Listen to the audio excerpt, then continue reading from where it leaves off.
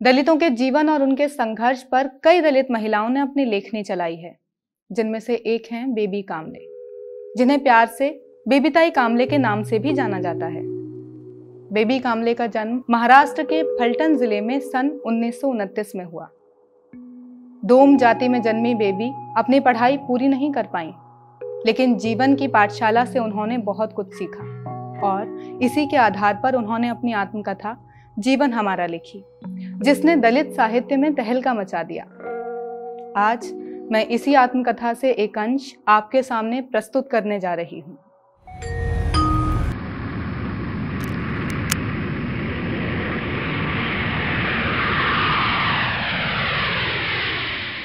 हम डोम जाति के लोग गांव में जानवर के दर्जे के भी नहीं थे। गांव के बाहर जो उजाड़ जगह थी, वहीं हम लोग बसे हुए थे। ऊंची जाति के लोग अपने मरे हुए जानवरों को वहां फेंक जाते थे। हम इन्हीं के मालिक थे। हमारे घरों में चूल्हे के ऊपर दीवार पे एक रस्सी लगी होती थी। ये रस्सी हमारे लिए जनेऊ की तरह पवित्र थी। ये हमारे जन्म की निशानी थी। मरे हुए जानवरों की खाल हम इसी रस्सी पे डाल के सुखाया करते थे। 12-1 बजे तक पूरे डोम मोहल्ले के बच्चे लावारिसों की तरह डांव डांव करते घूमते रहते। जिसके जो मन में आता वही करता। किसी का कोई डर नहीं, कोई चिंता नहीं, कोई जिया या मरा इसकी जरा कोई फिक्र नहीं। एक बच्चा पत्थर से दूसरे बच्चे का सर फोड़ देता। उसके सर से खून बहता देख कोई एक और बच्चा दया करके उसके सर पे चूल्हे की राख मल देता। खून बहना बंद हो जाता और बच्चा अपनी बहती हुई नाक को कलाई से साफ करता हुआ फिर से खेलने के लिए जुट जाता। 1-2 बजे तक औरतें अपने सरों पे लकड़ियों का गट्ठर लिए लौटती। जैसे ही कोई बच्चा औरतों को आता देखता, सारे बच्चे उसी दिशा में दौड़ पड़ते और अपनी अपनी माओं का आंचल पकड़े हुए साथ चले आते। ये औरतें सरों पर लकड़ी का गट्ठर लिए ग्वालों, तेली, तमोली, बुनकरों के मोहल्ले से होती हुई ब्राह्मणों के मोहल्ले में पहुंचती। सबसे ज्यादा लकड़ियां ब्राह्मणों के मोहल्ले में ही बिकती थीं। डोम की परछाई भी उनके घरों पे ना पड़े, इसीलिए ब्राह्मणों के आंगन छाती जितने ऊंचे होते। डोमनी महिला आंगन ऊंचे होने की वजह से उनके दरवाजों तक नहीं जा पाती और बाहर ही खड़े होकर आवाज लगाती, माई डोमनी लकड़ी लाई है बेचने को। आवाज सुनकर गृहस्वामिनी बाहर आती और मोल भाव करती। किसी से 1.5 पैसे में तो किसी से 2 पैसे में गट्ठर तय होते। हालांकि एक गट्ठर 3 पैसे का था, लेकिन मजबूरी के तहत 2.5 पैसे गट्ठर के हिसाब से बेचना पड़ता।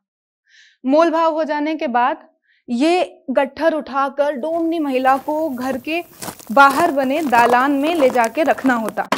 दालान में ले जाके पूरा का पूरा गट्ठर खोला जाता और एक एक लकड़ी को बड़े ध्यान से देख के रखा जाता। ब्राह्मणी भी तनिक दूर खड़ी होकर लकड़ियों को एक टक देखती रहती। ये बारीक जांच परख इसलिए की जाती थी कि कहीं लकड़ियों में डोमनी का कोई बाल वाल ना अटका रह गया हो। जांच परख के दौरान गृहस्वामिनी तेज आवाज में आदेश देती, अरे सुनो डोमनियों, लकड़ियों को जरा ध्यान से देख के रखो। कहीं कोई बाल वाल अटका रह गया तो हमारा धर्म भ्रष्ट हो जाएगा। तुम्हें क्या फर्क पड़ता है, हमारी तो फजीयत हो जाएगी। पूरा का पूरा घर और घर की एक एक वस्तु साफ करनी पड़ेगी। तुम्हारी वजह से हमें कितना परेशान होना पड़ता है, भगवान नाराज हो जाएंगे। इसीलिए कहती हूं जरा लकड़ियां ठीक से देख के रखो। डोमनिया जी जान से लकड़ियां साफ करके रखती जाती और बोलती, अरे भाई हम पागल हैं क्या?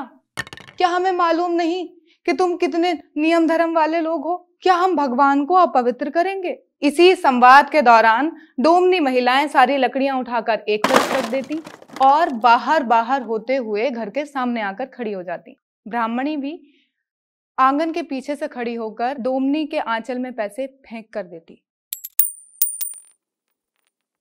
ऐसा था उन सवर्णों का धर्म और हमारा जीवन। अरे ओ सवर्णों, ये तुम्हारा ऐशो आराम हमारे खून पसीने की बदौलत ही है।